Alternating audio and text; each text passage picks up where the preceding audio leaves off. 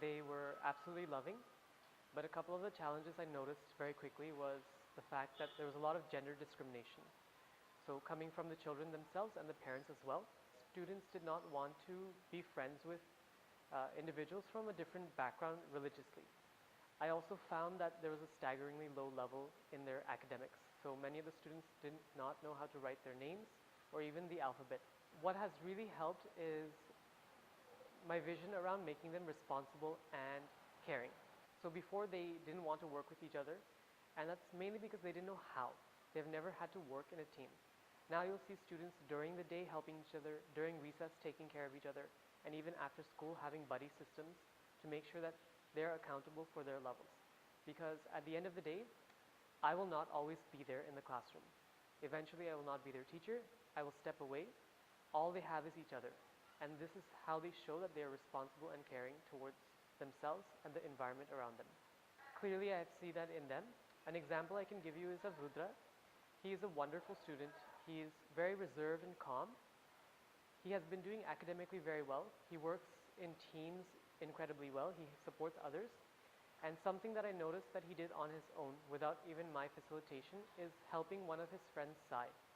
So Sai used to struggle in reading quite a bit. And after school, Rudra would sit with him and help him read. We would do shared reading in class and he would do the same with his friend.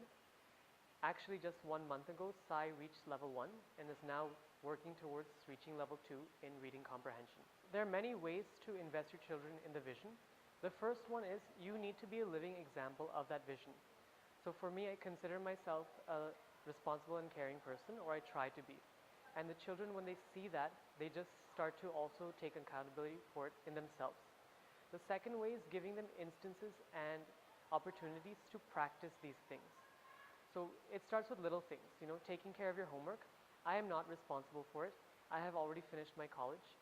I tell them this every day, and it creates this maturity that, I am the only person who can change myself. I'm working on a Be the Change project, and my project is really something small scale.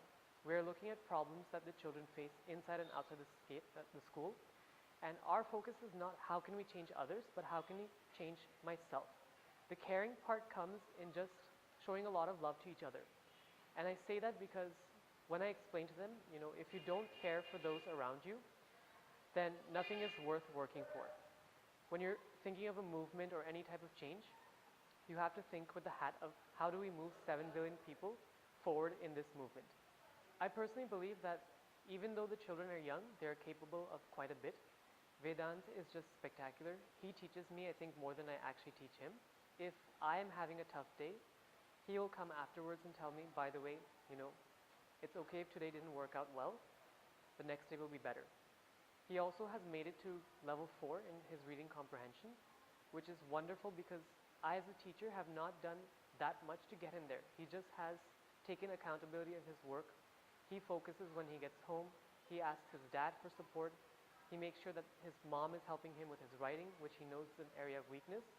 So the first feeling is just, take care of yourself because no one else will do it. And once you start doing that, people will see you as a role model. Through the children acting this way, I've also seen parents change. Our children come from marginalized backgrounds, therefore they have to work harder. There are a lot more obstacles and barriers that are not related to school. They're related to finances and socioeconomic backgrounds.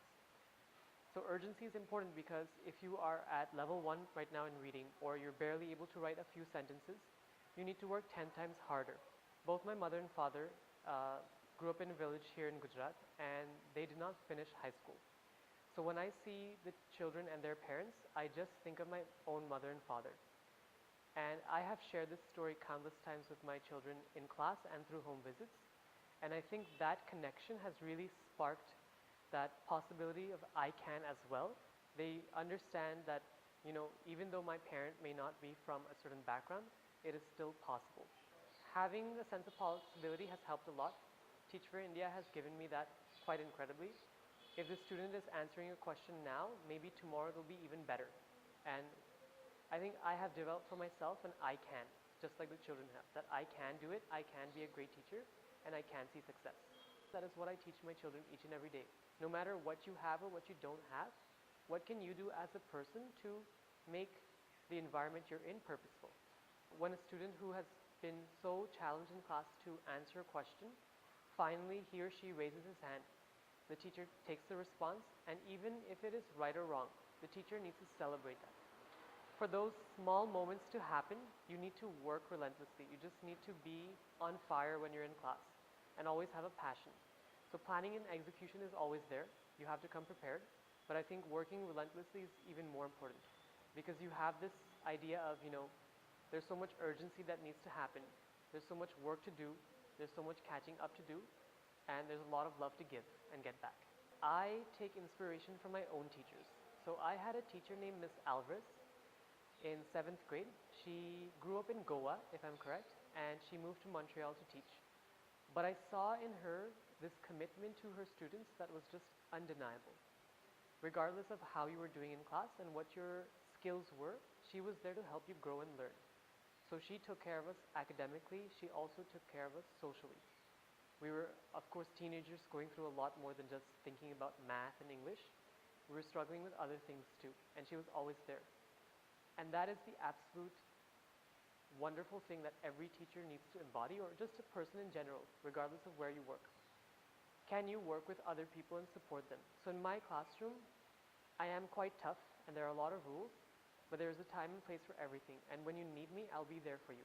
And I also believe the students have instilled this belief that when I need them, they will be there for me.